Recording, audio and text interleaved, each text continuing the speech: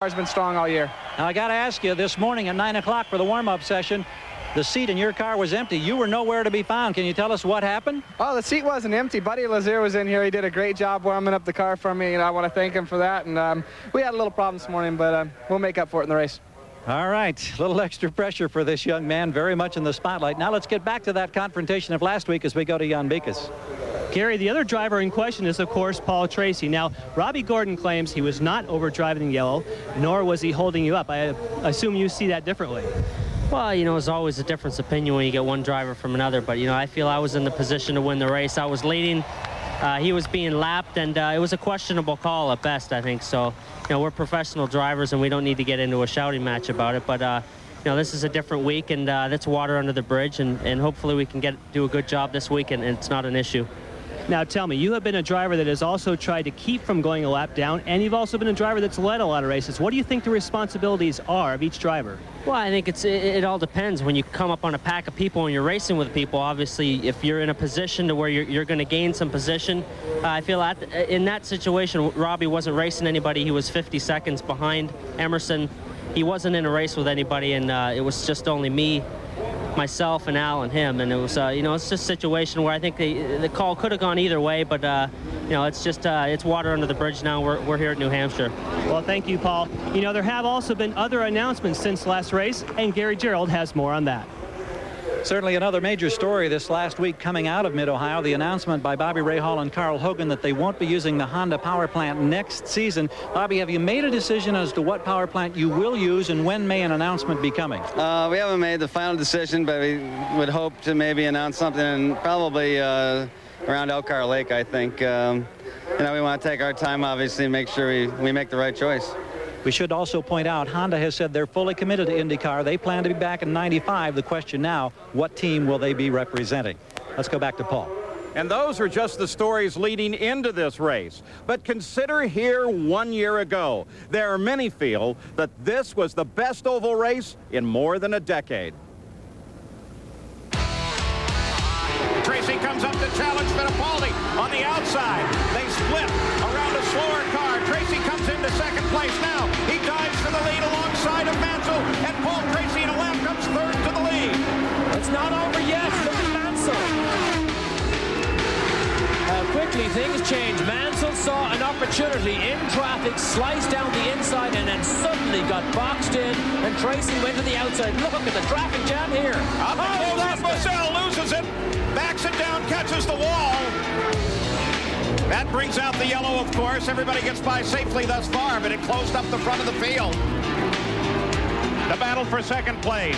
Nigel Mansell very definitely on the move as he attacks to the outside of Fittipaldi. Fittipaldi moves high to block him. Mansell comes down to the inside, and Nigel Mansell takes second place. Look at this. Tracy protects that line. Mansell is right behind him again. Look at this.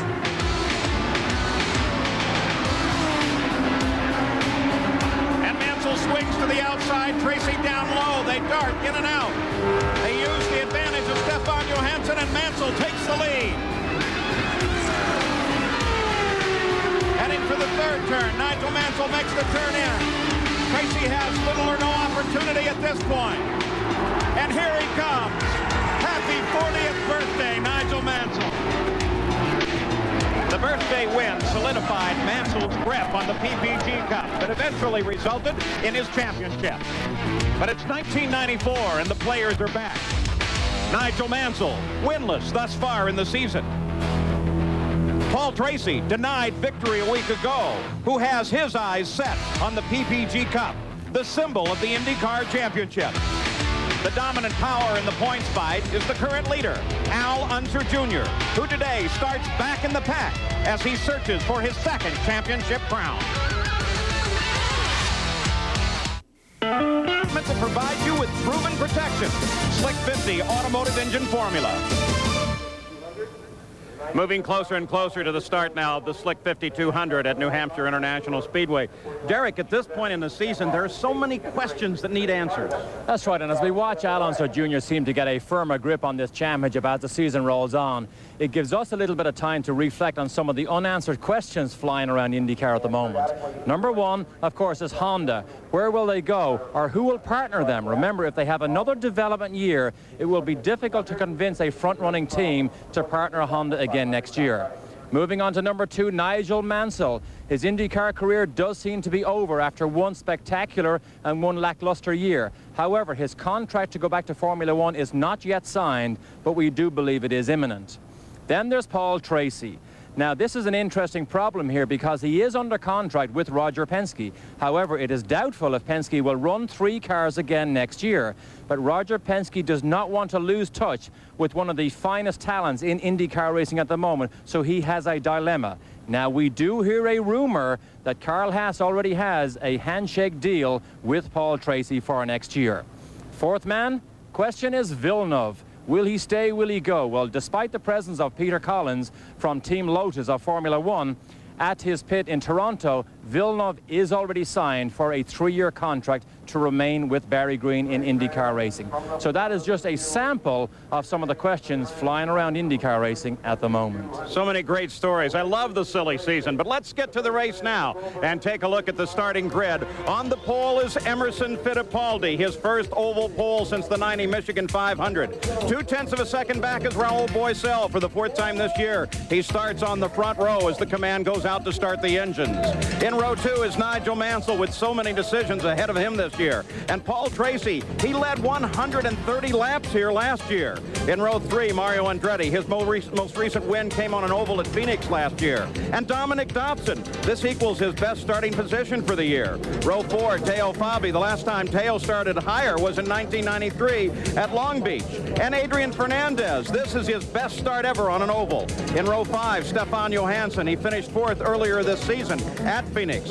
And Al Unser Jr., who started 1 position further back at Milwaukee, but still went on to win. The 6th row, Jacques Villeneuve, in his rookie season, he's finished in the top 10 7 times. And Jimmy Vasser, 2 of his top 5s this year have come on ovals.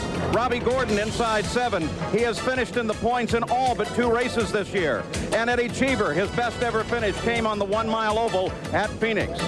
In row 8, Mark Smith and Ari Luyendyk. The 9th row, Michael Andretti and Scott Sharp.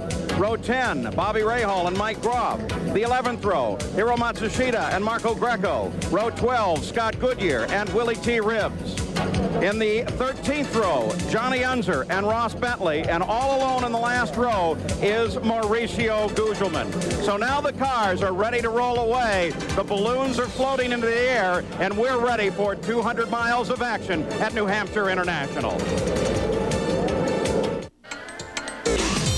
5200, the IndyCar is rolling on the circuit here, and we are ready to go racing.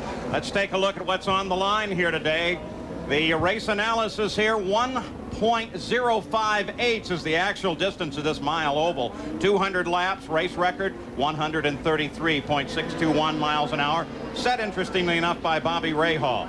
First stops could come at 64 laps. Well, there's a problem with the weather here today. There is the threat of rain. When we were outside just a moment ago, you could feel the wind freshening, so that's going to play into the tactics of this race too, and that'll just make it that much more interesting. Now, Raul Boesel starts on the outside of the front row. There was some controversy yesterday, Derek Daly, in that he actually went out 2 different times before he actually qualified, and that was a violation of the rules. It was a violation, and it was a mix-up on Wally Dallenbach's behalf. When he allowed Boesel to take that second run, from then on he contravened the rule. Now, other owners could have protested and taken Raul's qualifying time away from him. However, Dallenbach did apologize for his indiscretion. Dick Simon made an impassioned plea to the owners to allow Boesel's qualifying time to stand. It was allowed to stand, and thankfully Bozell now is on the front row of the grid. I like the decision. I think it is in the best interest of the race itself. So there is Raul. Plenty of onboard cameras here for you today as the field now begins to rotate off of the last turn. There's Bobby Rahall's nose cam as they pick up speed, looking back from Adrian Fernandez with Al Unser Jr. right behind him, on board with Michael Andretti. And there is Robbie Gordon's camera. And here we come as look at Adrian Fernandez loses it on the start, and lots of people, including Gordon, get in trouble. So it's no start. It is a yellow. Adrian continues on down the pits. And believe it or not, look at Robbie Gordon. He's undamaged, but he's backing down the front straight here, making sure he doesn't hit anything. Jacques Villeneuve and Arie Luyendyk are involved in the melee, though. Villeneuve's got some real problems to the front of his car that may take him out of the race, but let's not be premature with that. There's Robbie Gordon sitting in his cockpit. This morning, it was alluded to early, Arie Luyendyk sitting against the wall with a lot of damage. Not hurt, he just can't believe it. Villeneuve went absolutely head-on into the concrete wall, and that's why you see that resultant damage. But Gordon may have got away with it. Here we go. Fernandez started it. Adrian Fernandez clearly dropped the clutch, broke the rear wheels away, shot right across the racetrack, and believe it or not, has fully escaped as he comes down the escape road with the Budweiser car. Here's another angle here. Oh, boy. Luyendyk was an innocent bystander there. He got dragged in with Villeneuve. You could hear the impact as Villeneuve clouted the concrete wall. Looking at it again, slow motion now. Again, watch the green and red car of Adrian Fernandez. His best starting position on an oval ever. He's in 8th place. Villeneuve avoids him. He gathers up. Arie Luyendyk there. Villeneuve got 2 big hits, and it looked like Robbie Gordon actually took a simple avoiding action, and I believe he may have escaped any contact whatsoever. Look at Luyendyk. Luyendyk's car with damage. Villeneuve already out of his car heavily damaged on the front end, so no start here. Yellow flies, the field circulates, and we'll be back with more from New Hampshire. So big. Watch for Robbie Gordon also.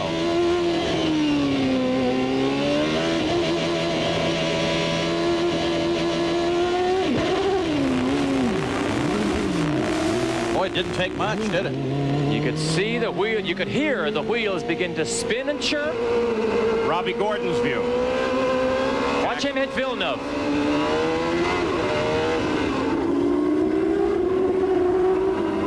Robbie Gordon could not avoid Jacques Villeneuve and just plowed right into the back of him. All right, let's go to the pits. Gary Gerald. They got Gordon restarted. He took one very slow lap under yellow. He's come in, and now they're going to replace the nose, I think. Yeah, they're making tire changes, obviously. They're going to replace the nose, and then they'll get him back out. But the key here, as you mentioned, Paul, the race has started, so he has already lost ground to the leaders. Let's go to Jan Beekes. We're standing by with Jacques Villeneuve. Now, Jacques, you took the hardest hit of anyone. First of all, are you okay? Oh, yeah, I'm fine, definitely.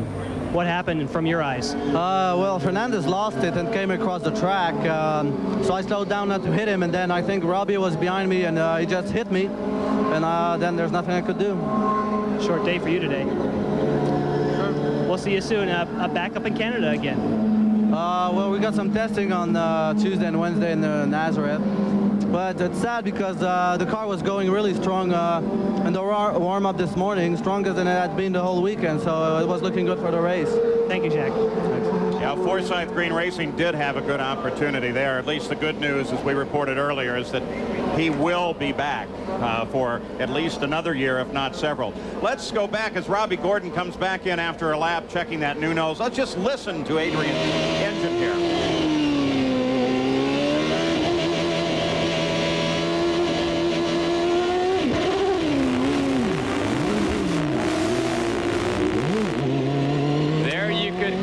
You know, I think he went from 2nd gear to 3rd gear, dropped the clutch, then you hear that chirping of the rear wheels as they fight to get some grip, but the back's already getting away from it. It happened so fast, and of course he was at the front of the field and he gathered up so many other people. So Robbie Gordon's day has not started that well. He overslept the first practice. Now he's involved in the middle of this, and is not in the top 20. We continue to be under yellow, 5 laps complete. We're on the 6th lap of the race, but they have called for the field to go back into rows of 2. Actually, I kind of like that. Gary Gerald, can you give us an update? Well, indeed we can, Paul. We had thought that they were going to change the nose on Gordon's car. They started to unfasten some of the bolts, but then they elected not to. There was not significant damage, so they kept the spare nose on this side of the pit wall. Gordon got back out. The key, they didn't want to lose another lap to the field. They're already significantly behind. And if anybody got away with a crime without any punishment, it was Adrian Fernandez, because he caused all that schmozzle, yet he only lost 2 positions. He is now 8th in the race, having gone down through the pit lane and gone back into line after the blend line. So 7 laps into the record book, and we are really coming to the start of the race here, absent Arie Luyendyk and Jacques Villeneuve. Fittipaldi accelerates. Look at Tracy poke his nose in the back of Raoul Boisel. Mansell tries to the inside. Mario closes on Mansell. Dominic Dobson gets a nice run on the start, too. It's Fittipaldi leading down the backstretch. The first real lap of racing. And we're back to yellow. Back to yellow immediately. Report of contact with Eddie Cheever's car. No indication of who he may have gotten into as they went through turn 2. And Stefan Johansson peels off, but we could see clearly Teo Fabi was another driver who begun to get sideways under acceleration, but Tracy made a nice smooth transition to the high line and went outside Raoul Boisel to tuck in behind Emerson. And this may have been the car with the contact as they go to work on the right front of Stefan Johansson's car. Let's go down to the pits, and here's Jan. Arie Luyendyk is nursing a sore hand. You've been released from the medical center. What is the prognosis with the hand there? It's just bruised, but the start was ridiculous. The pace car brought us down so slow, and the front row. You know, we're supposed to have rolling starts because they're safer than standing starts. Well, this was like a standing start. And, you know, I don't think I could blame Fernandez for spinning around and losing it, because the start of the race was just way too slow. You know, we should have been much quicker. That's why we have rolling starts, and that's what upsets me, that, you know, experienced guys on the front row bring it down that slow. Will your hand be okay for next week? It'll be okay, but I was just really mad because my car, for some reason, it felt real good this morning in the warm-up, and it felt good out there now, and I was looking forward to a good race, and here we are spectating. Thanks, Ed. Thank you. So Arie Luyendyk doesn't blame Fernandez. He blames the officials on the start of the race. And that's an interesting side to hear of the story. Now, we could hear Fernandez was in a low gear. As soon as he grabbed another gear, which is probably 3rd gear, it broke away. Of course, if they had come down 10 or 15 miles an hour faster, he would already have been in that gear. Let's go pit side again, Gary Gerald. Well, Stefan Johansson made a quick stop. The crew went to work on the right front suspension. They were tugging, pulling, trying to see if anything was bent or damaged. He may have been involved in that contact. He has now gone back out to rejoin the field at the back of the pack. Apparently, he's going to be okay to continue. The scary thing, Gary, about what we could see the mechanics doing with Johansson's car, they were actually jumping on that top wishbone, trying to straighten it out. It looked like they were trying to straighten it out. Now, the stresses and strains that you get on high-speed ovals like this, that will be a worrying thought for Johansson. In fact, down the front straight here, as we look out of the commentary box of the booth here, he's actually yanking the car backwards and forwards to see, is everything strong enough to compete the race here. So the way they will line up now with 11 laps complete, Fittipaldi, Paul Tracy, Raoul Boisel, Nigel Mansell, Mario Andretti, the top 5. Then Dominic Dobson, Adrian Fernandez, Al Unser Jr. in 8th, Teo Fabi in 9th, and 10th is Michael Andretti.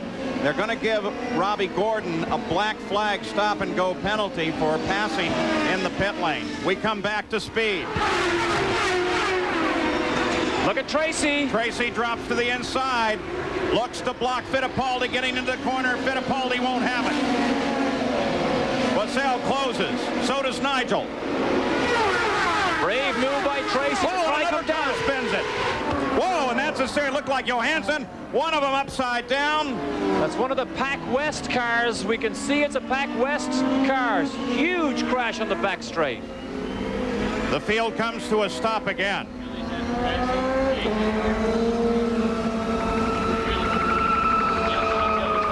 Not a good situation here. We'll keep an eye on it. Scott Sharp, but I don't see movement. We'll keep an eye on him. And we'll pray that everything's all right here. That's just a small turbocharged fire that you see. That's not a real problem to the car and not a threat to his safety. So Mike Groff loses it, and he becomes a launching ramp for Scott Sharp's car, who then vaulted upside down. And Scott Sharp, you can see he moves, he takes the steering wheel off himself. It looks like he's okay, and what he's afraid of is undoing his belts and dropping out on his head.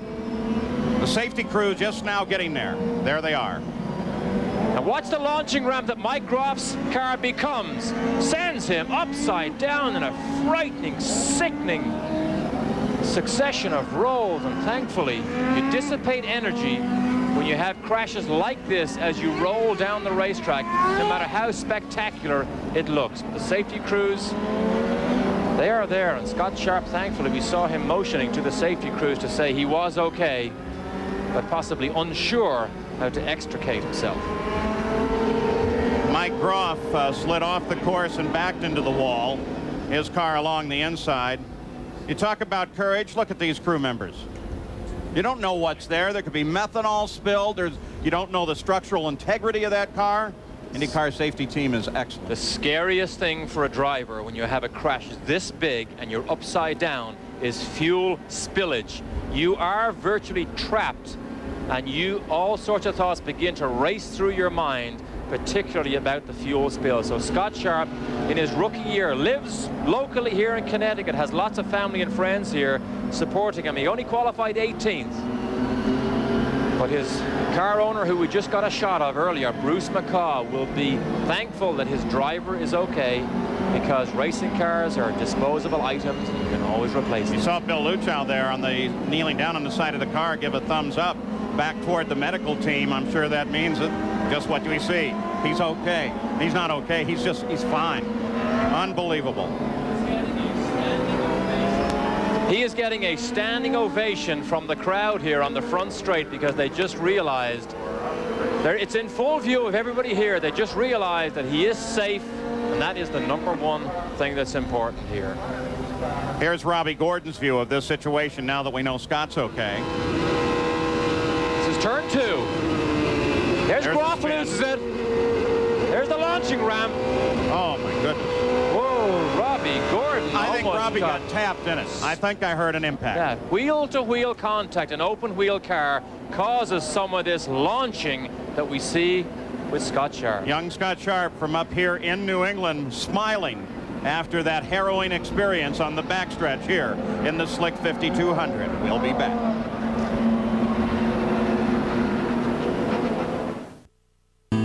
Yellow, and this is our third yellow of the day for the flip of the 71 car. Scott Sharp is okay, though they're going to check him over. This is Stefan Johansson. Remember, Derek said that there might be something wrong with that right front. Sure enough. When you bend a suspension, then re-straighten it, it is weak, and the weak point has obviously broken here on Stefan Johansson's car. Now he's in the pit lane, and Gary is there. When he came in the first time, we saw the crew tugging and pulling. What we couldn't see was how badly crinkled the upper wishbone was. He went back on the track, had to come in. Now they're replacing the entire suspension assembly on that right front side. It was dramatically kinked. No wonder he couldn't hang on to the race car. That was a result of that contact with Cheever prior to the incident involving Scott Sharp. What a crazy, crazy way to get this race going today. Stefan Johansson obviously upset with the fact that his race is so prematurely coming to an end, and hoping that they can get it back repaired and get it going. Look at this. Unbelievable. Now he's just gone over the launching ramp. Watch here. One complete turn of the roll bar. Maybe does not actually hit the ground. Now he's firmly on the roll bar, but you can see the driver as Groff spins down to the inside. Scott Sharp protected in that survival cell that is the IndyCar cockpit as the rest of the car breaks up. Just what you like. Now watch this here. We'll stop the video and show you how Scott Sharp had no option but to hit Mike Groff. There's Groff. Groff spins backwards. Let it run another little piece. Now stop right there. Now Scott Sharp has elected to go to the outside. There is no room. Roll the video. He now becomes a launching ramp. Wheel to wheel, up over the top of it. That is our unmanned camera there, thankfully. This is flying shrapnel, still doing maybe 125 miles an hour. And you know what we can't avoid here is how close Mike Groff came as the back of the car passed over the top of his cockpit. He may have, in fact, been in greater danger. Now you see it from Robbie Gordon. You see how close he was. Gordon goes left. Watch this. Look at Groff right side. Boom. Does he hit him? I think he did. I don't know whether he hit him or not, but it was close. Let's go to the pits again. Jan Beekes. Well, the team owner of that car is Tom Armstrong. Tom, horrific crash. You could see it from this point. The good news is he's okay. Any indication from Scott on the radio or anything about the incident? No, Scott was just complaining that somebody had spun and he got into the wall and got upside down. But I don't know any details on it. Scott talked all the way through it, so he's okay. He had his finger on the radio button. What did he was upside down flying through the air. He had his finger on the radio button. He was explaining to the crew where he was and what was happening. Wow. Interesting. Thanks, Tom. You're welcome. Unbelievable. Tom's a co-owner with Bruce McCaw on that team. Scott Sharp radioing in, doing a little play-by-play of his own. We'll be back with more. Because 20 laps, 21 now, have been completed as they cross the line. All 20 have been completed under 3 different yellow flags. But look at this. After flipping end over end and upside down, or side over side and upside down, now walking back at the south end of the pits and past the chief steward's car is Scott Sharp. And he said, I don't really need to go to the hospital. I'll go see my friends, tell them I'm okay. Bravery does count for a lot when you race at high speed between concrete walls. But when you have nerves of steel to survive an incident like that, he probably has no idea how spectacular that was. Wait till he sees the video when he gets home. But to think that he was on the radio, calmly talking to his crew, probably trying to get the car fixed in time to get back going again. That's a jet airplane engine being towed. It's mounted sideways to try and get the debris that may have been involved in that accident blowing off the track. Let's go to the pits now, and Gary. I don't know what to say. Welcome to IndyCar racing. You've just gone through quite an adventure, and we understand you were talking to your crew much of the time, letting them know that obviously you were all right. Well, it was pretty wild. It's funny, just before the start of the race, I was saying everyone had been so great all weekend. No one had crashed. They had full field to start the race, and it was quite a start. Mike just got loose and spun, and then I spun and sort of was backing it into the wall, more or less. That's all I remember, is the car backed up, going backwards into the wall. Next thing I know, I sort of felt myself getting on top of him, and from there, I was just a pretty wild ride. Now, this is your first major incident since you've come to IndyCar racing. What did it feel like? What are your thoughts? And are you at all apprehensive about getting back in and doing it again? No, I wish I could fix the car right now. But, I mean, it was a real light hit, and obviously I was pretty comfortable, else I wouldn't have been able to sit there talking to the guys upside down forever. So it wasn't too bad. I know they're anxious to get you in the medical center and give you a thorough checkup. We appreciate your time. Thanks. All right, there you have the story from the man who really took a ride. Unbelievable. Stefan Johansson went out and tried a couple of laps, and then they finally pulled it back into the garage area. So they continue to circulate under yellow. 23 laps complete. Emerson Fittipaldi was the pole sitter, and they'll probably put him back in that order. 100 at Loudon, and actually got a full lap into the record book under green. Look at Raul Boisel as he challenges second place Paul Tracy. Tracy comes off the wall, dials down to the middle of the track.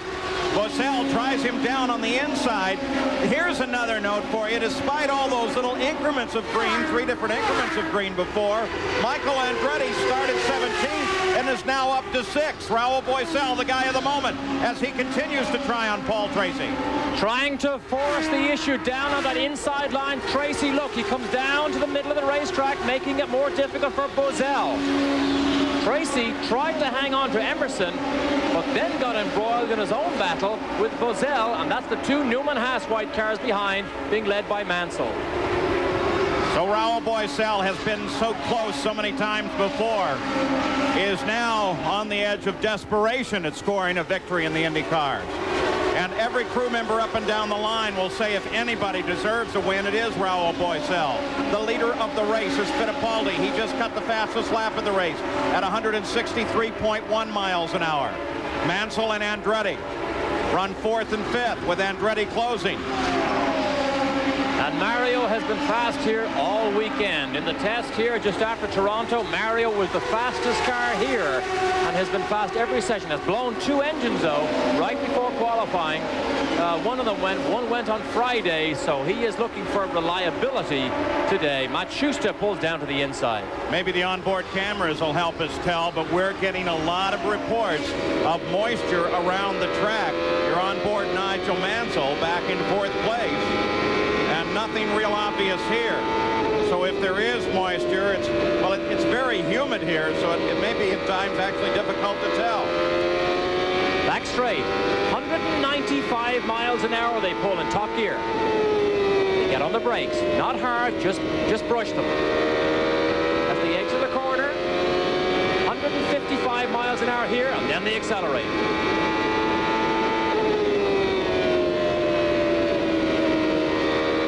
Remember, holding off Mario and trying to catch Boesel.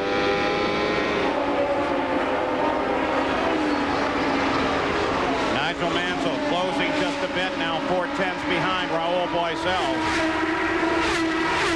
who is trying to close on Paul Tracy. Mike Groff also involved in that earlier accident. He's with Gary Gerald. Indeed. A quick word, Mike. You've been released by the safety books. We know that you're okay. What happened? You were saying this set up on the first turn? Well, actually, things got a little bit jammed up going into 1, and everybody seemed to be packing up low. And I went on the high side, and Scott Sharp and I touched wheels going into 1.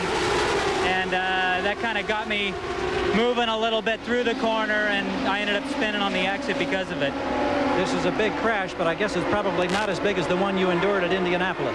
We definitely had problems there, too, and it's unfortunate because the Motorola team did a great job getting us in the race. We had a good warm-up, and, you know, it's unfortunate. I think it comes down to, you know, that's racing, but, you know, things got a little close, and we got pinched off. Thank you, Mike. Paul?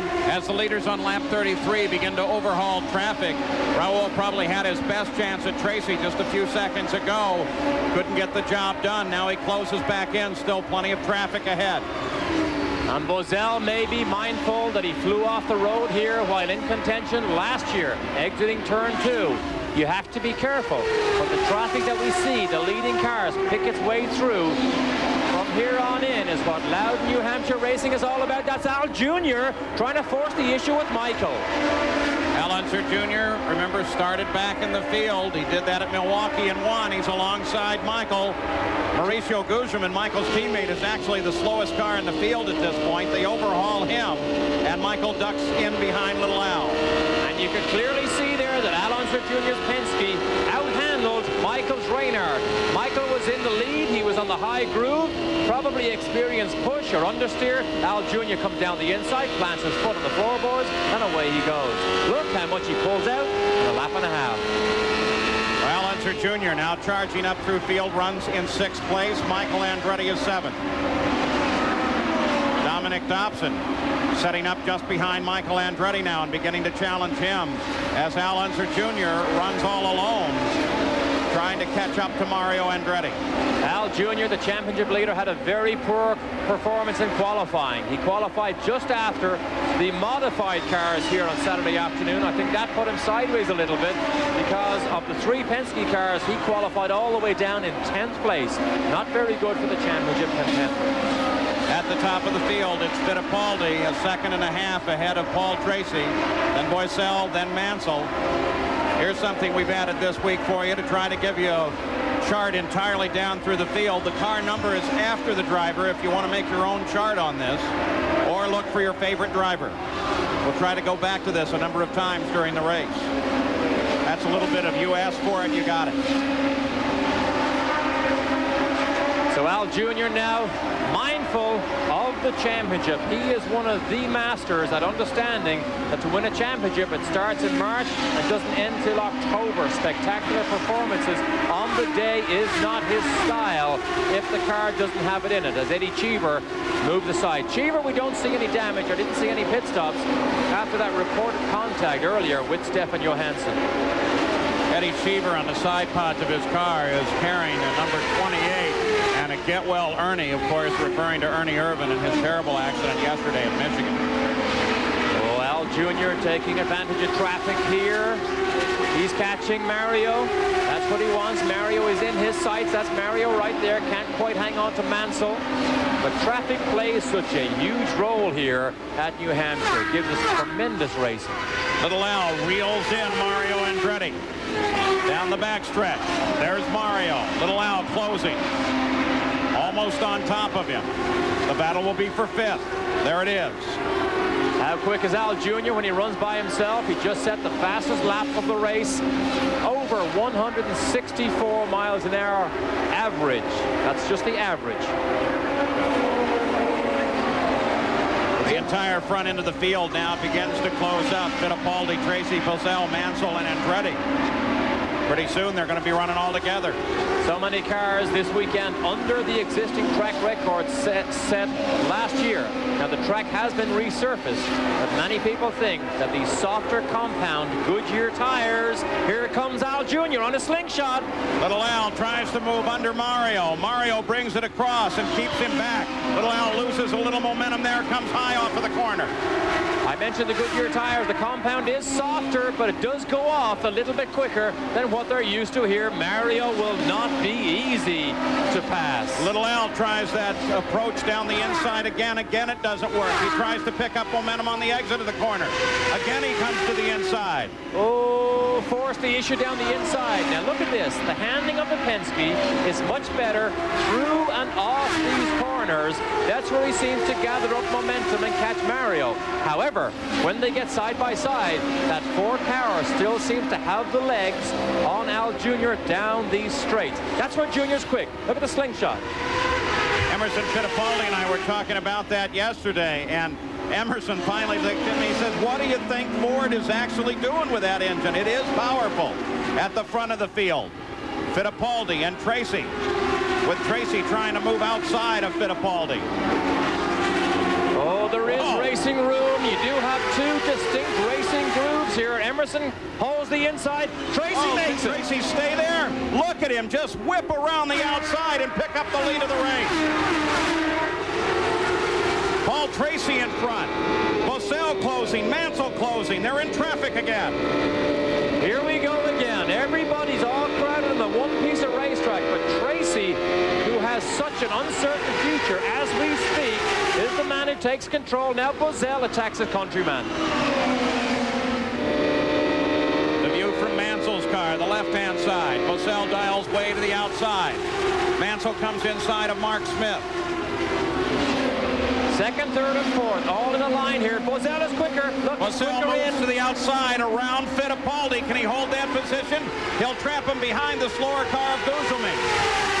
So clearly you see the good handling Emerson enjoyed. Look at this.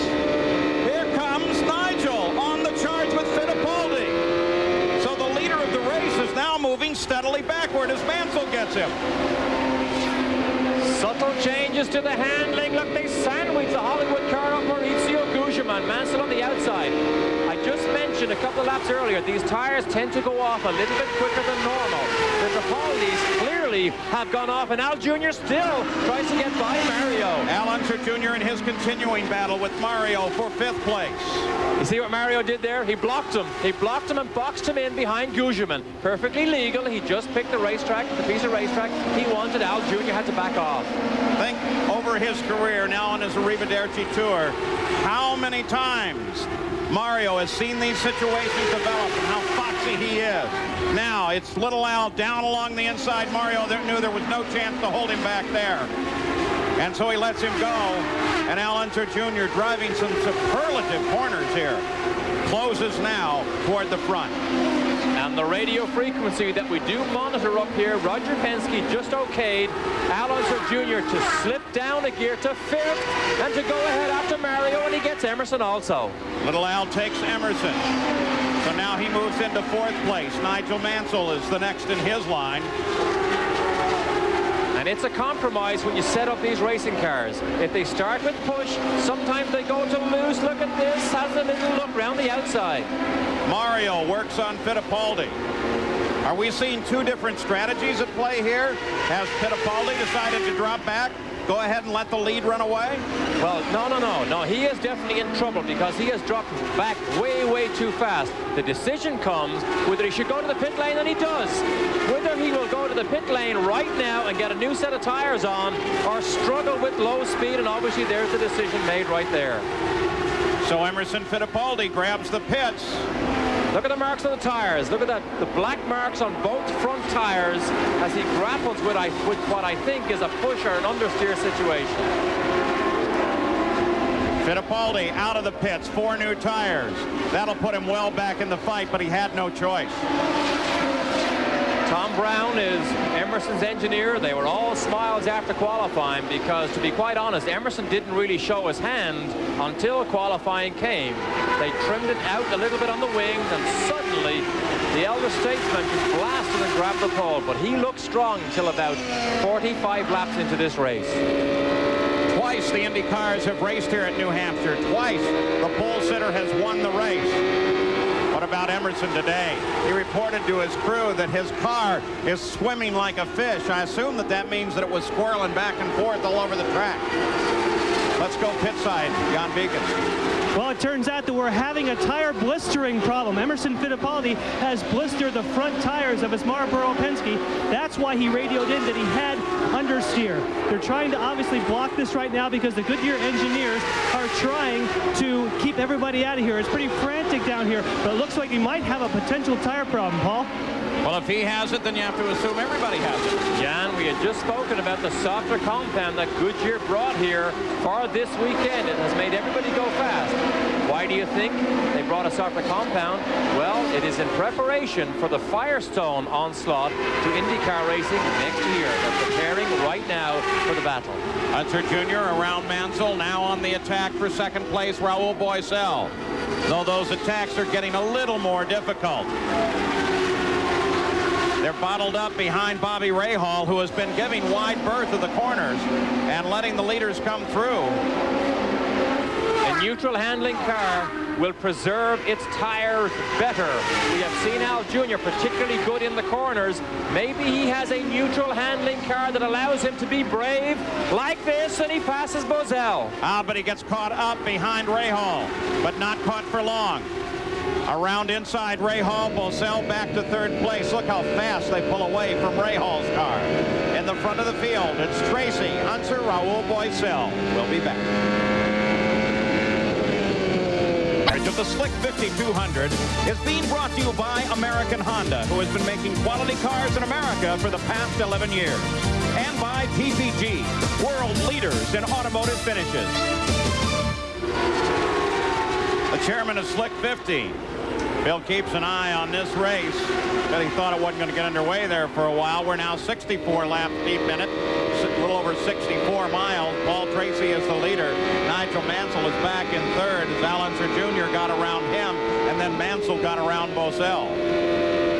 Boisel then sits in fourth place, and Mario Andretti sits in fifth, followed by Teo Fabi, Michael Andretti, Dominic Dobson, Jimmy Vasser, and Adrian Fernandez. Fittipaldi trying to find his way back through the field, fell back to 14th, is now up to 12th when he went in to change all 4 tires. There's Tracy, the leader, as now they're in that situation on an oval where they're almost constantly in traffic.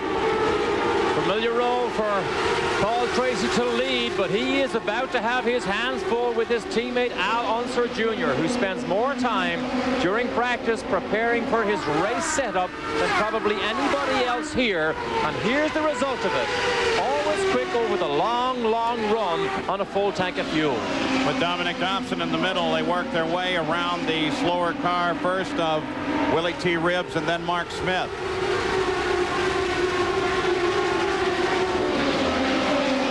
Jr. looking for room and decides the outside is the better place to go. And that's interesting comparison of lines. That's right. That seems to be his favorite line, to go high and around the outside, which means you actually have to make the car do less work. You can only do that if you have a neutral handling car, which Al Jr. seems to have, and And remember, that preserves the tires. Nothing makes race cars go faster better than preserved good tires. Wouldn't you also say it requires quite a bit of courage because he's taking it right to the wall when he comes out? The car gives you confidence. Then you don't need the courage. You know it can do it. You don't need to be brave. But Tracy is not as quick. Here's a slingshot. Little Al makes the move for the lead. Michael Andretti in front of Tracy, not a factor. And take a look at closing in. There's Mansell. So maybe Paul Tracy is beginning to suffer a similar problem that affected Emerson, because Mansell is right with this leading group here. The longer it goes, the better Mansell and Al Jr. seems to get. And Al Unser Jr. grabs the lead away from Tracy. Mansell closing in. Remember these players a year ago? Tracy and Mansell. Let's get an update on Nigel Mansell, who moves into second place. Gary Gerald. He just flashed by us and swings to the outside line as he heads for turn 2, and the crew took a deep breath as they watched that bold move by the defending champion. They expect on their stop that could be within the next 10 laps, they're going to make a change. They'll go down one turn on the left front side of the wing only, not the right, but the left. Now, how will that impact the handling of the car, Derek? Gary, we're trying to monitor as many of the frequencies here as we can, and more people, as this run goes on, actually now begin to ask for more front wing, to pin the front of those cars more in the corners to stop that scrubbing. When you scrub with understeer, you create way too much heat, and heat creates the blisters that was experienced earlier by Emerson. Update on the Penske cars, Jan Beekes. Well, first of all, when you're talking about those blisters on the front of Emerson's car, the blisters were in the middle, which would lead me to believe that the pressure was a little too high. We checked in with Paul Tracy because he is slowing down, like you said, in the clutches of Al Jr. They said, no, he is not experiencing the same problem that Emerson had. Paul Tracy has fallen to third. The race is now led by Al Unser Jr., chased by Nigel Mansell. Mansell's fallen back about 2.2 seconds. Intervening, of course, is Michael Andretti. You got a little glimpse of the interval there. Mansell needs to handle up Michael Andretti so he can get back in touch with the lead. Michael, who came here expecting to be the fastest Reynard runner, was, he said, downright scared on Friday morning because the handling of the car was so bad. This gives you the interval here. They did work on it. He wasn't to his liking, and it's not as good as he needs because he's normally a front runner, particularly on these ovals. On this short little track, Al Unser Jr. has almost a straightaway lead now. See, Michael, you can actually see him look in his mirror. He looks down to the left side of the car in the mirror to see where Mansell is before he decides to come down to the line he wants to use. He wanted to make sure Mansell didn't already occupy that piece of road. That's Matt Schuster running very slowly down the middle of the racetrack. Mansell still trying to conquer Michael Andretti. Michael is the 7th place car and the last car on the lead lap. Michael's fastest lap. Well, actually not on the lead lap once Al Unser Jr. got past him, but the last one on the lead lap that Nigel has to encounter. Does that make sense? It does make sense, but to give you an idea of the speed Michael does, 159 is his fastest lap. That is 4 miles an hour slower than an Al Unser Jr. lap in the Penske. 76 laps complete. 76 laps. We should be seeing stops anytime now. Of course, that early yellow made a world of difference. Indications are Paul Tracy will probably come in on the 82nd lap. 10 laps from now, and 10 laps does not take very long when you fly around these 1-mile ovals, but you can bet there will be close examination of tires because the neutral handling car that Al Jr. has is what they will try and replicate on Emerson's and Tracy's. Nigel Mansell cannot seem to either catch or get around Michael Andretti. His reputation works. It certainly is. It certainly is now. 78 laps complete, 78 miles. Let's go to the front of the field. Al Unser Jr. due to pit any time now. That's Mark Smith to the outside. His beautiful Blue Max helmet. If you come to an IndyCar race, make sure you go see Mark Smith's helmet. It's magnificent. Al Unser Jr. on the backstretch. Due to stop any time now. Engineered by Terry Satchel. He's the one that listens to Al Jr., tries to give him what he wants. Richard Buck is his chief mechanic. What a team they have become this year, how they enjoy the success. And the package just seems to be right this year for Al Jr. Now just take a guess of the pressure that the teams now feel in the pits. They know the leader's on the way.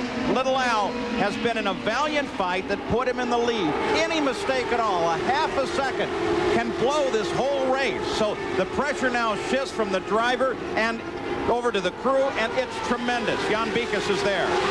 Al Unser Jr. brings it to a stop. We take a quick look. There's very small blisters on that tire, but nothing near what Fittipaldi had. It looks like this car, just like you said, gentlemen, is working fine. No changes on the front wing. Boy, that was a quick tires. They're just waiting for fuel. Now Unser Jr. Whoa! Whoa! Well, I think there could possibly be a problem. When he stuck that thing in gear, it really made a gearbox type sound. Keep an eye on Al Jr. That thing really slammed into gear. All right, we'll keep an eye on Al Unser Jr. This is Mario Andretti into the pits as 4th place. Stop routine for him. He likes the tires on the way out. Pit speed is 80 miles an hour, but Mario's down at the end of the pits. Paul Tracy now in, Jan.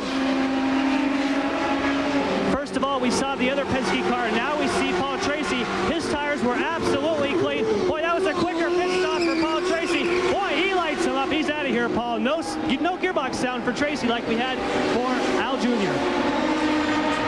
Terrific stop for Tracy. Nigel Mansell stays out, assumes the lead on the stops, but of course is due to come in as well. He's completed 83 laps under the green, and he's decided he can go further. This is when you fully understand what teamwork means in IndyCar racing, because sometimes if you can't make the pass on the racetrack, your crew will actually help you make it out or in the pit lane. Vice versa, if they make a mistake, you can be in trouble. But Mansell, we believe, is on the way to his pit. Nigel Mansell due in now. Raul Boesel will pick up the lead if he does not come in. So the Newman Haas crew ready to go to work, and Gary Gerald is there. Tom Wirtz will wave him into position, crosses the yellow line. Now Mansell comes down pit road after Mario already made his stop. The luxury of a wide open spacing for the defending champion. He said last year this was one of the most exhilarating races of his career. It fell on his birthday. He'd love to get his first victory of '94 here today. Routine service. They'll go down a turn on that left front. They've done it. He's away in 14 seconds flat. Nigel Mansell rolls out, but Raul Boesel was out way ahead of him. He pitted simultaneously, but well back in the pits. There's Raul as he comes back up to speed, and Al Unser Jr. will come back to the lead of the race. So the first round of stops complete on lap 85. The early yellow being very helpful with fuel to the stops and turning this into a 2-stop race. So now the key to seeing how well the crews did is how do your drivers come back out on the racetrack after their race for 2 or 3 laps. Clearly Al Jr. still in the lead. His crew did a good job, and an equally good job by Paul Tracy, although we thought he was maybe a second quicker during his actual stop. Yeah, but the job of the Dick Simon team, Raul Boesel, comes out of the pits in 7th place, and he is now just in front of the leader and in danger of going a lap down. But the stops did put 7 cars back on the lead lap, led by Al Unser Jr. We'll be back.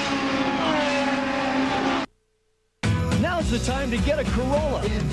200. The leader of the race is Al Unser Jr. after the first stop. Nigel Mansell is second, followed by Paul Tracy, Emerson Fittipaldi, and Mario Andretti, and there is plenty of traffic. Look at Mansell as he continues its attack on the leader. Down to the inside, he sweeps to the outside along Rahal, and he is very definitely pursuing Al Unser Jr. The report by the crew after that stop for Mansell was that his tires were in great shape.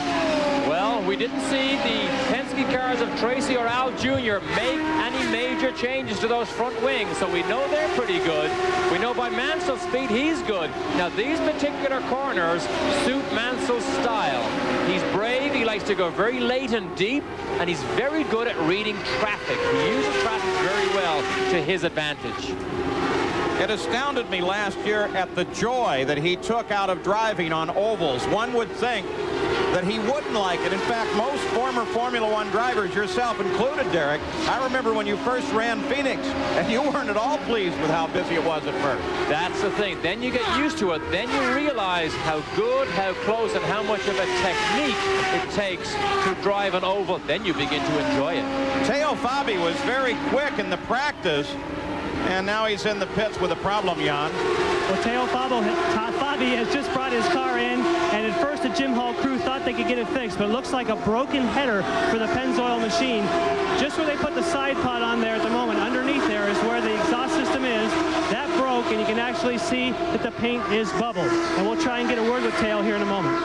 They were working on that car with a new addition, not a shark fin like you see on little Al's car, but a wider cowling behind the pop-off valve on Teo's car, which they said were helping the aerodynamics on the short ovals. Also, remember, Teo Fabi has announced he will not be back with Jim Hall Racing next year. But he did say that he sure would like to be in the Indy cars.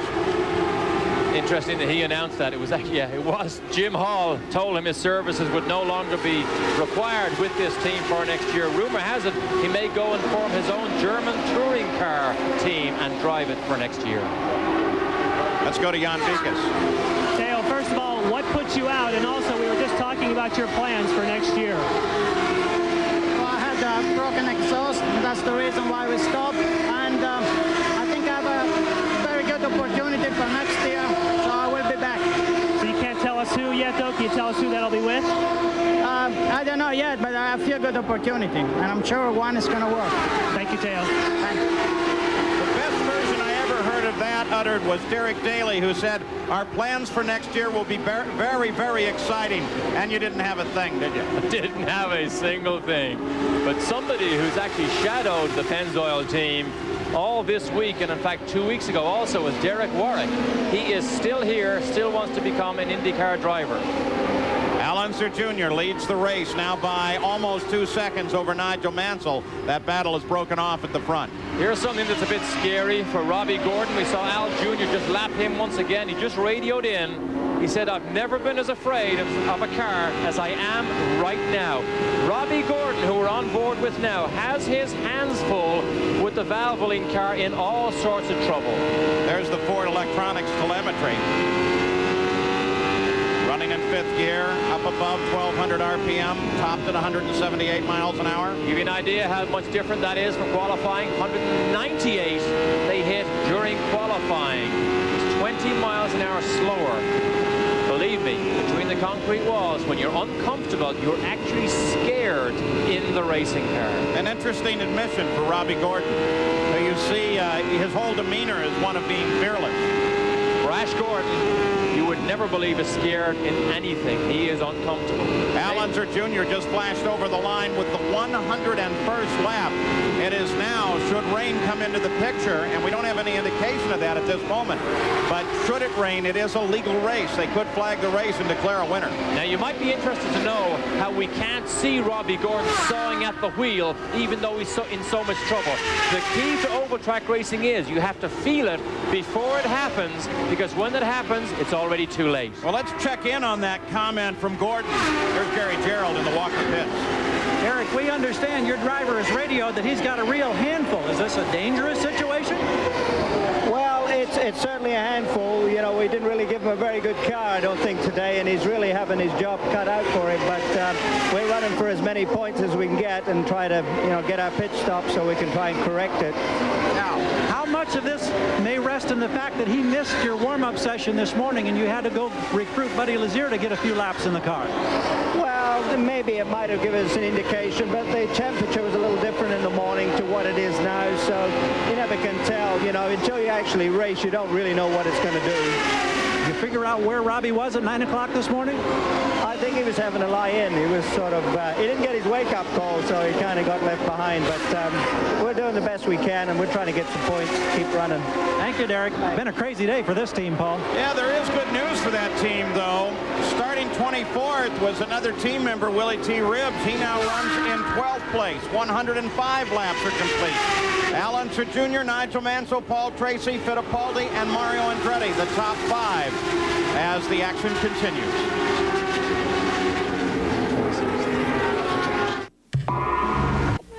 every time. International Speedway, the Slick 5200, under yellow again. Mario Andretti with damage sits out toward the wall. An interesting situation. Teammates involved. Teammates crashing into each other. Mansell much quicker off 4. Down inside, top of your screen. Mansell is clearly past Mario. Mario obviously doesn't see him. I presume he didn't see him. Moves down when Mansell was clearly ahead. And Mario unfortunately makes very heavy contact with the outside wall and is still trapped in the car. They're going to take their time with Mario. He's talking to the rescuers. He's conscious, moving around. They just want to make sure they can get him out without hurting him. Here it is. Look at the top of your screen again. Mario must not have seen Nigel. Nigel's off the racetrack. Now he's ahead of him. Look at his front wheels. Ahead of Mario's. Mario's left front drives over the top. Jump on the brakes. And goes into it again, into the wall. Mario down that low. Nigel, centrifugal force was pulling him up. Very gingerly gets out of the car. Glad to see him get out. One of the biggest problems with hitting concrete walls with that side impact is the damage the right front wheel can do. That's what damaged Brian Herta up at Toronto. Yeah, but it's intact, it though. Is you intact. Wonder what else might have, because they're looking at that right leg. Rick Reineman, as Emerson Fittipaldi comes in. Jan Beekes is there. Yes, the first thing we took a look at was the front tires, and there were no blisters on Emerson Fittipaldi's tire this time. You can see they're making a change. It looks like about a turn and a half of front wing, and Emerson Fittipaldi is underway. The thing is, Paul, we're not sure if he's in the pit window. This seems awfully early to go all the way to the end. 111 laps, Jan. I imagine what they're counting on there is that this race has been punctuated by 4 yellows in the first 111 miles, and they're going to assume that there's going to be another one. Let's go back and take a look at the situation as Mario limps over to the ambulance. Watch Mansell's position on the racetrack. He's now side by side. He goes off the racetrack into the yellow. Now he can't make the corner. So look, he begins to come back over the yellow line. He comes up a full car length from the yellow line. Now, if Mansell got down there and didn't have the grip in the front, he actually slid up into Mario. But in fairness, Mansell was already ahead of Mario. I think Mario should have given him more room, and that accident may not have happened. He did have a nose in front of Andretti when they actually got together. So we're back under yellow. Al Unser Jr. leads it. Nigel Mansell is still in second place, but of course there is a question about the stability of Nigel Mansell's car. It'll be answered shortly. The official carter for IndyCar is Jens Wimtall as he has the green flag ready. The field is on the backstretch. The PPG pace car has already accelerated on the warm-up lane down toward the pits. Al Unser Jr. has picked up the pace, and we're ready to go back to racing speed. Al Unser Jr. got a great restart there. Mansell in traffic trying to pursue. So there are some questions about this race car. He tapped his teammate Mario Andretti setting up this yellow. Here is Raul Boesel closing on him and blows him away pretty quick.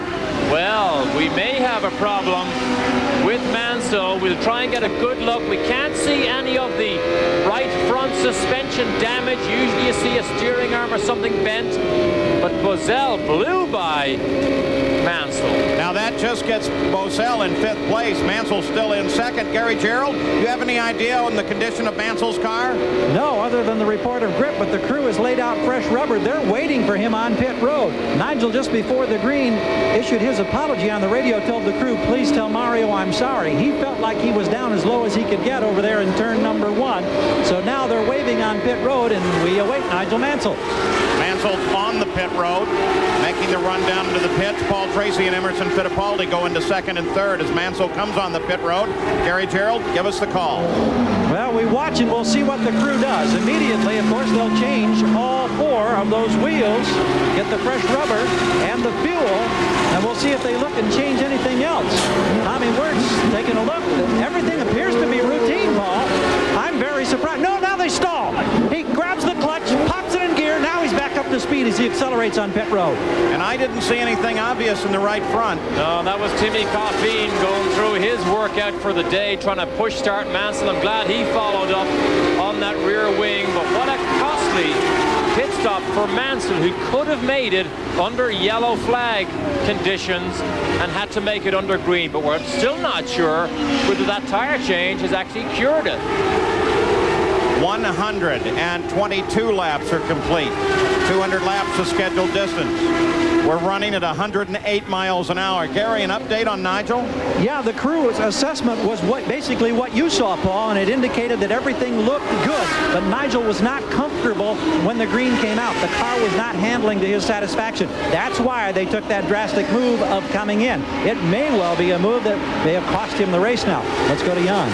Well, you're talking about right front tires, and Raul Boisel is a guy that radioed in, says the car is balanced, but I have a big vibration in the right front. We told Dick Simon that some of the teams had actually blistering right front tires. They got very concerned, but now they feel it's just a vibration problem, not a blistering problem. Have we seen this before in the season? The first three. Hunter Jr., Tracy, Fittipaldi, all Penske. The only ones on the leader lap. And Mansell is still in trouble, you can see it. Boisel again pulls down to the outside and blows by him.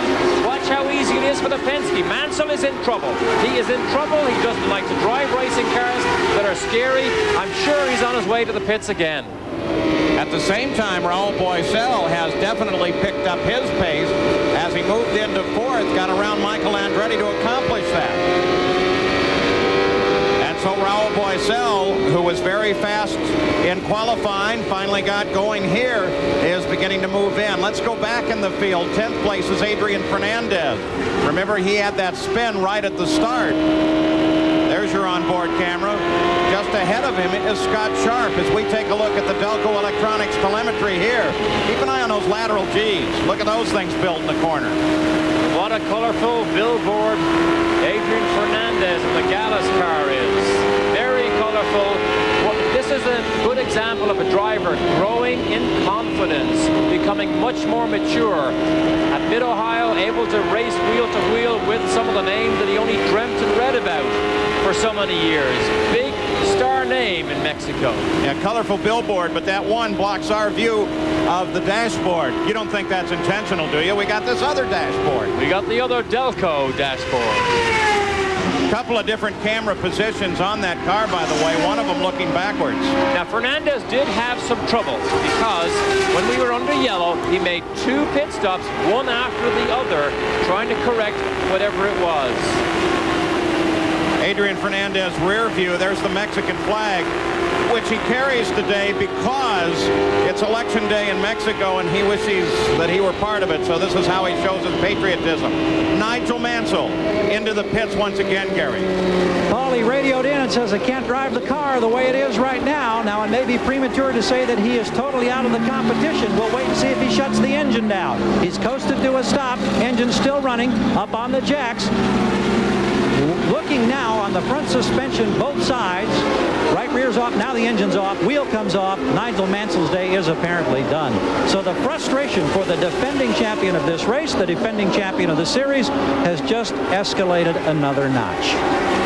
For us or the crew to say you can't immediately see something wrong, remember that as little as a thousandth of an inch change can make a world of difference on the car. That is right. And the car gives you all the information you need. You need to be able to read that information properly before it gets you into trouble. The sixth place car, Dominic Dobson, his teammate Scott Sharp, the one that got upside down. These cars are very similar in terms of their appearance. The only change really in the color of the roll bar. Dominic's is red, Scott's is blue. Scott's is out of the race. And this may become the second three-car team of this season because there is a rumor that is gathering momentum that Danny Sullivan, who tested for this team at Mid-Ohio, may in fact run a third car with Pac-Man at Vancouver. What a wealth of experience he would be to come into this team to help Dominic Dobson and Scott Sharp. Well, and what a good relationship he has with the team's engineer, Alan Mertens. And in fact, it makes you wonder, did that test of that car help with the performance of this car here today? Possibly. When you come into a game like IndyCar racing that's as competitive and as difficult to succeed in, you come in with a totally new team, a new package, it is very difficult to be successful. John Anderson, who's the team manager, has done a very good job here. Nigel Mansell out of the car with Gary Gerould. Nigel, what proved to be the problem? Was it the contact with your teammate? I think so. The car just wasn't handling at all after that, and just a great shame for the Newman Haas team. Tell us now about the incident. It looked like you were trying to tuck down as far as you could as you went into turn 1. Yeah, I got a great slipstream down the straight, and I was lapping, and I thought I was virtually almost half a car in front, and I saw Mario start to come across, and I tried to give him as much room as I possibly could, and came down on the inside of the pit lane, and it's just one of those things. I'm just so sorry it happened for him and happened to me. Talk about the frustration of this season as the defending champion of this race and of the series, and how you just seemingly can't buy a break in 1994.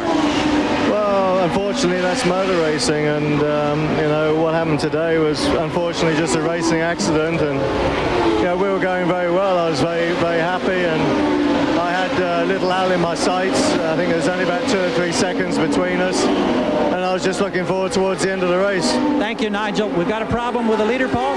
Yeah, a real strange thing, Gary. I think he'd intended to come into the pits.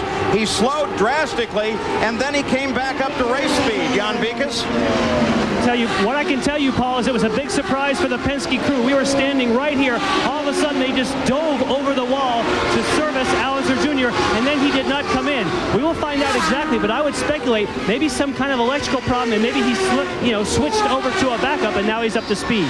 He was over and alongside the Guzman car. Suddenly, it shot ahead of Little Al. Then Little Al got it back under power and got going again. Boy, no indication at all. A very strange-looking sight. I don't know what that was. We know it doesn't slip out of gear because they never really touch the gear shift on these cars. They stay in either 5th or 6th gear, 5th if they want more revs. But Al Jr. certainly seems to have recovered from whatever moment that was beside Maurizio Gugelmin. He just turned the last lap at 160 miles an hour. That's only 3 off of his fastest lap in the race. And now the crew is radioing back and forth to him, and they're saying he doesn't intend to come in now. 140 laps are complete. Penske cars 1, 2, 3 at New Hampshire. But the question mark is on Little Al's car. We're back at Loudon, New Hampshire. On board Michael Andretti's car. He runs in 5th place. Dominic Dobson is set up just behind him and closing as we take a look at the Valvoline race summary after 141 laps. More than our share of caution laps, 35, 10 cars out of the race. A couple like Scott Sharp and Jacques Villeneuve with some fairly substantial damage to the car. The good news is everybody's okay. Arie Luyendyk suffered a strain to his right wrist, but even he says no problem. He'll be back racing right away. Look at Dobson. And it is very racy with Michael. It is a battle for position. The Lola with the Ford engine versus the Reynard chassis with the Ford engine. Dobson has slowly caught up behind Michael Andretti. We're going to watch to see, is there a different line or something different Dobson can do to try and force his way by Michael. Michael is 5th and Dominic Dobson is 6th. All right, that situation with Little Al where he suddenly slowed and then came back on the pace. Jan Beekes, you have any idea what that was? Paul, it turns out that we were very close. We speculated possibly an electrical problem. What happened was he had a fuel pickup problem that they thought was a software glitch. So Alonso Jr. reached up and turned the fuel mixture knob, and actually by changing that fuel mixture knob, he was able to get the thing working again. So a software problem, but Alonso Jr. very quick to make an adjustment in the cockpit. You can see him out there in front of Rahal. Boy, I hesitate to ask you on this. Boy, there's Jimmy Vasser alongside of Rahal. I'm not even going to ask. The explanation of how just richening it up helped is probably going to take us the next 2 or 3 hours. Except you'd probably do it in a sentence or two, Derek? No. What was curious to me is what fuel mixture was. Jimmy Vasser, the 18 car, started 12th, now runs in 7th. Robbie Gordon just behind him, though not a battle for position. And we know Gordon's had his hands full. Now he gets to try and hold on to Jimmy Vasser. Both from California, have spent lots of time. They're good friends, these boys, but when it comes to the racetrack, it's every man for himself. But now we get another good chance to look at the Ford Electronics telemetry, real-time telemetry from Gordon's car. Low speed through turn 4. 110 miles an hour. Michael Andretti, Dominic Dobson to the outside. Dominic bottled up behind Gordon. Boy, he had a good run on him for a moment. Oh, that's Paul Tracy up behind him. Yep. That was a good usage of traffic by Michael Andretti. He knew that Dobson would get blocked in behind Robbie Gordon, and he used it to his advantage. But Dobson knows he's faster than Michael. And here comes Little Al in the pits, Jan Vikas. Yes, he brings it around his teammate Paul Tracy's tire. He brings it to a stop right on the marks. We're not looking for any changes here. This is a scheduled stop, and behind him is Paul Tracy getting service at the same time. We're waiting for all the fuel to come in for Al Unser Jr. He's waiting for the signal from Roger Penske, and he's on his way. Let's go to Gary, who's with Paul. And Paul Tracy also in, lighting up the tires as he exits after routine service, but under the green flag. We may get an interesting wrinkle to this one before it's all over. 13.7 seconds the stop for Al Unser Jr. The pit speed limit 80 miles an hour, but Penske's way down at the far end, so they can come out pretty quick. Gary Gerald. We also wanted to mention the fact that we knew that Emerson Fittipaldi is going to have to also make a stop. He can't go the rest of the way. He doesn't have enough fuel. If they stay green, he can only get to about 192, which would put him 8 laps short. So we figure the other Penske car will also be making a stop sometime yet. Jimmy Vasser in now to the pits, routine stop as well. These will be the last stops of the race here on the 153rd lap. Look at the traffic jam now into turn 3. Al Jr. comes down the inside, behaves himself, looks around, assesses the situation, and then moves high through turn 4, back out into the racing groove. Quick look there again at Dominic Dobson. And where's Michael? Michael Andretti coming off at 2 right now, so the battle very definitely is broken off. You're on board with Michael there. Fittipaldi, by the way, has a 22-second lead now over Al Unser Jr.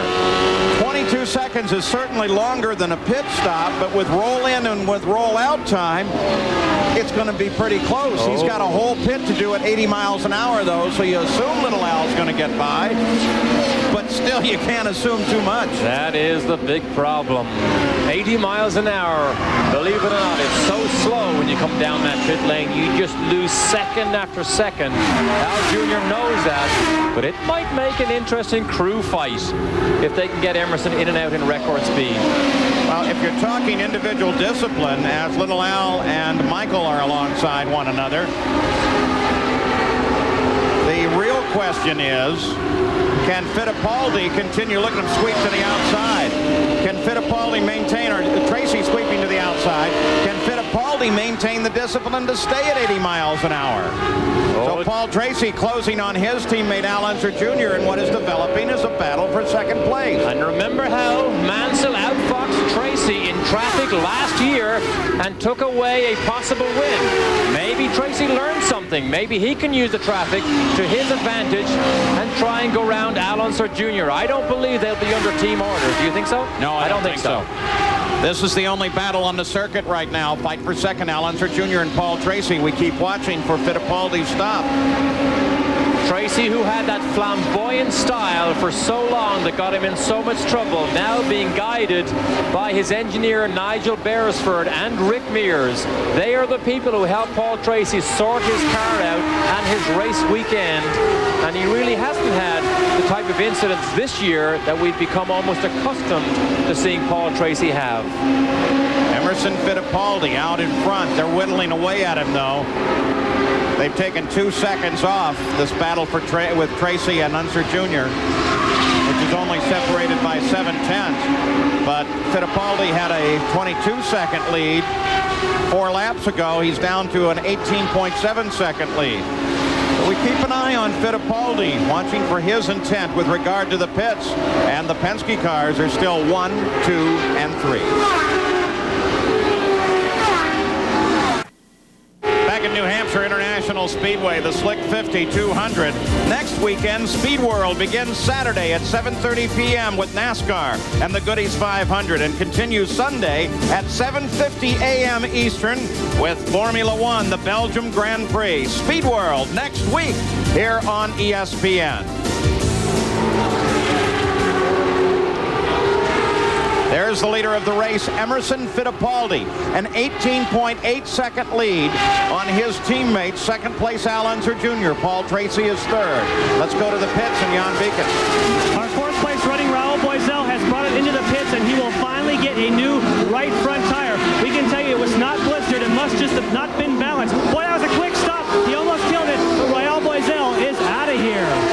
Took over 12 seconds as he comes up to the 80-mile-an-hour speed limit.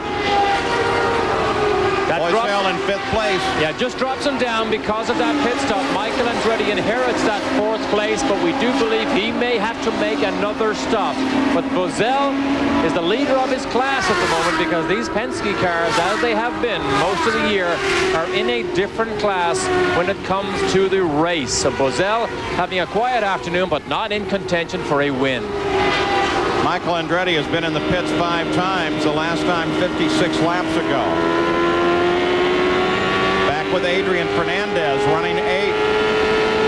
Had a little trouble on the start, getting sideways, set off a chain reaction accident, but since then's had a good day. How to duck a hail of machine gun fire. You get a good look over his shoulder at the Delco Electronics. Off the throttle, look at the lateral G's build up, and his head leans on that headrest as the G's build up. Watch the G's disappear. Disappears and his head comes off the headrest. You cannot do 200 laps around here and hope to hold your head and your helmet with your own neck muscles. You do need support.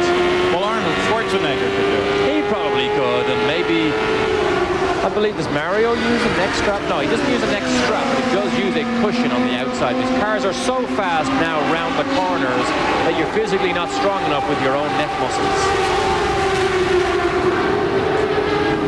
Fernandez having a good day. Nothing gives a driver confidence more than having mileage in races, racing wheel to wheel with the big names. Then you know you can do it. Then suddenly things get better. Sometimes they even get easier. Johnny Unser there in the 19 car. Scott Goodyear started in 23rd place. Now he runs in 9th place, the winner of the Michigan 500. Some question about his future, the future of the Budweiser sponsorship, and of the team for next year. I would have thought that Scott Goodyear is a desirable entity, a race winner, as we've seen many times. Such a shame this marriage between Kenny Bernstein's team and Scott Goodyear just did not go right from day one. But Goodyear won't even hardly remember that Michigan 500 win, because this season has been such a struggle. But he is talking to everybody right now, and I'm sure he will find good employment for next season. At the top of the field, Emerson Fittipaldi, as you ride on board Bobby Rahal's car. The Honda's made it 174 laps. I think one of the reasons Rahal was disappointed was that the speed of progress was one of the biggest disappointments he found with the Honda engine program this year. And he just says, first and foremost, I'm here to win for my team, and secondly, I have to service my sponsors. So the decision was made to drop the Honda program. Al Unser Jr. as he dials around the outside. Willie T. Ribbs now running in 11th place. Great run for Willie T. Started 24th. So he's showing some stuff here today, one of the other Walker Motorsports cars. And he has bigger and better backing from Bill Cosby for next year. Bill Cosby was largely responsible for the service merchandise logo that you see on the side of this car. That was what finances some of Willie T's racing, but he will be back bigger and better next year.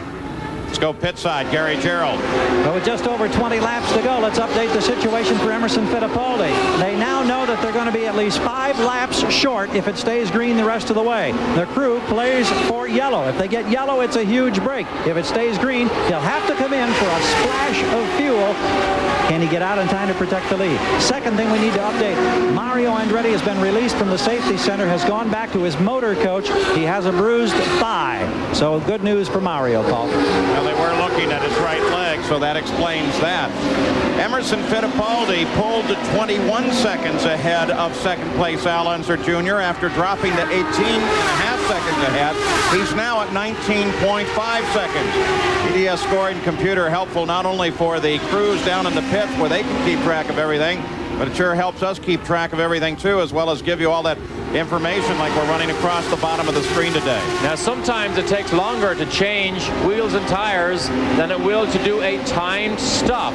Emerson, we know, blistered the tires earlier, but if he thinks that he can make it through on this set of tires, it may prompt him to take a gamble of just doing a timed fuel stop and trying to beat Al Jr. back out of the pits. So Emerson Fittipaldi has the lead with 179 laps complete, and Penske's are still the top three.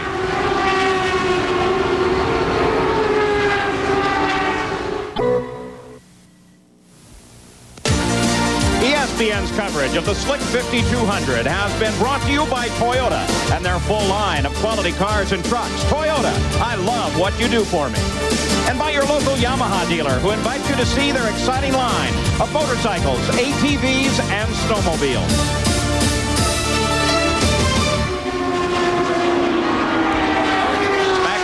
5200, Emerson Fittipaldi still due for a stop any time now. 15 laps to go in the run. Al Unser Jr. is in second place now, 17 seconds back. Paul Tracy is third, then Michael Andretti and Raul Boesel. We give you the entire rundown across the bottom of your screen. The question is Fittipaldi. Is 18, 19 seconds in front long enough? I don't think so. But then it doesn't have to be much of a stop either. Just a splash and go. Here he goes down the inside of Tracy. Whoa. May suggest that those tires are still in fairly good shape. Scott Goodyear moves to the outside. That was Marco Greco down the inside. Goodyear got way up high to get out of the way. But this could set up a very interesting pit stop if he keeps the tires and just dumps as much fuel as he thinks he needs for that last, or for the 5 laps that he can't make it. All right, now that's what they have told us. Not that they would misrepresent, but they are looking at telemetry on the car. They're looking at now a 20-second lead. Is there a point here as we move toward the final 10 miles in which you say, hey, Emo, if you slow it down just this much, you can get your fuel to the end? Is that in the calculation? No. 5 miles worth of fuel with this short a distance to go can never be saved by just backing out of it a little bit. You'd have to back out way too much, and Al Unser Jr. and Tracy would gobble that lead up very, very quickly. So the man of the moment remains Emerson Fittipaldi. The question will remain Al Unser Jr., Jan Beacon. Well, at the moment, it's Michael Andretti who's in the pits, who had to come in for a splash and go. There he is. He got it. He lights up the tires, and he's out of here. But that's really going to drop him out of his 4th place position. Came in 4th. Boesel was running in 5th. See if Boesel gets him as they come out of the pits.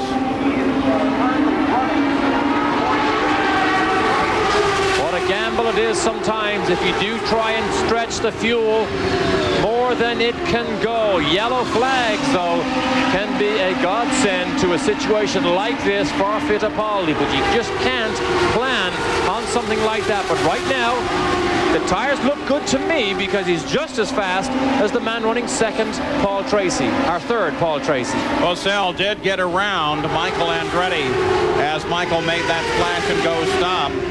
And the indication now as we cross the 191st mile is that in just 4 miles, Fittipaldi will run for the pits and make his stop. That was Gugelmin, who moved down to the inside in the Hollywood Reynard, not having a good weekend, not just a good day, hasn't had a good weekend at all.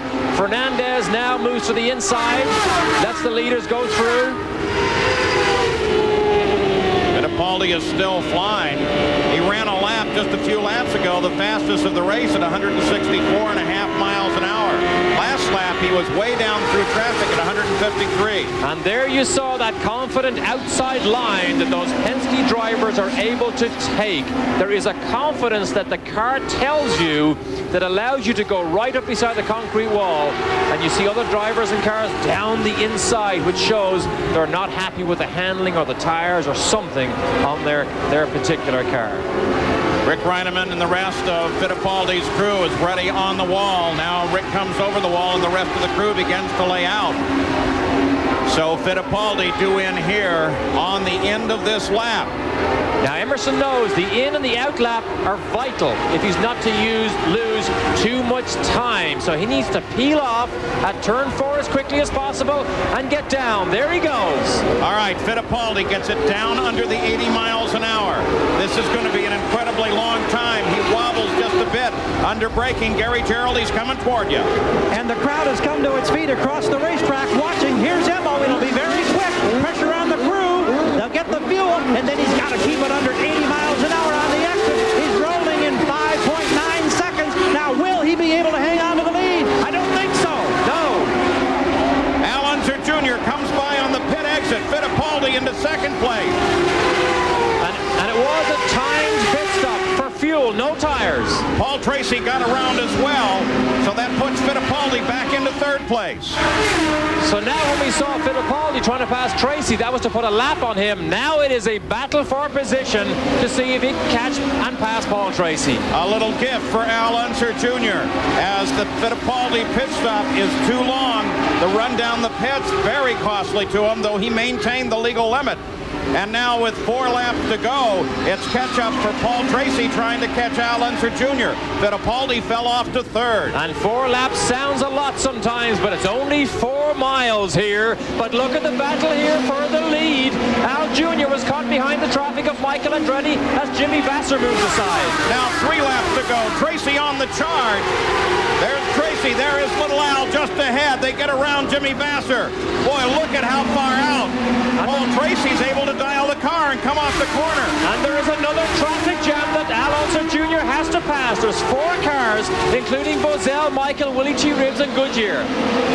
Little Al comes down to get bottled up behind that. Tracy's closing now. Tracy looking for room to race on Little Al. Fittipaldi is closing too. Little Al comes to the inside. Just about a lap and a half to go now. 3 wide, and Tracy needs a good run in traffic if he's to catch Al Jr. All 3 Penske cars are in a line without team orders. They cross the line. Al Unser Jr. in front. The white flag being given to all 3 at the top. Tracy in closing position. Fittipaldi in third, and he closes in. On the backstretch, the final lap of the run. Too far behind for Tracy. He's too far behind to make a run. Al Unser Jr. makes his final turn off the corner, and Al Unser Jr. picking up the lead in the last 5 laps, takes the 26th win of his career and the 7th of the year, and takes another jump in PPG points. Al Unser Jr. has taken the win at New Hampshire.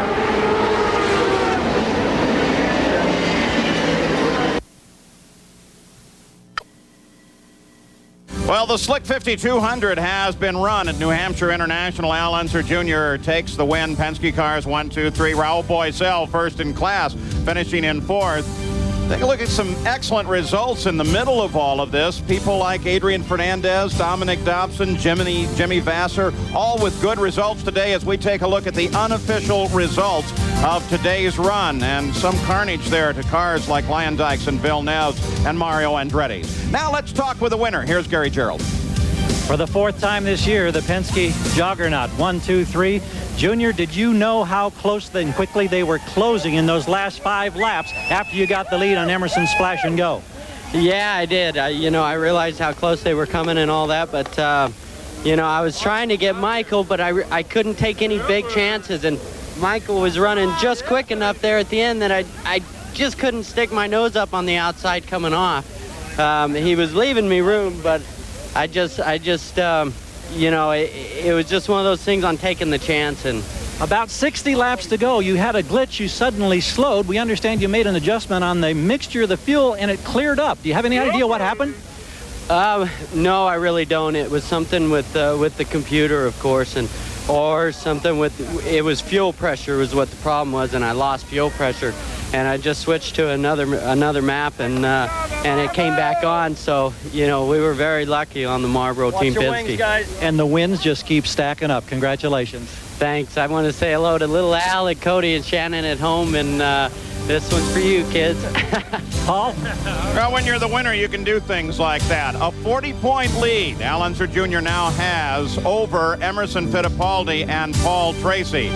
The Indy cars next go on to Vancouver, Canada, all the way across the country, and we'll have coverage there right here on ESPN. I'm Paul Page for Derek Daly, Jan Vikas, and Gary Gerald. So long from the Indy cars.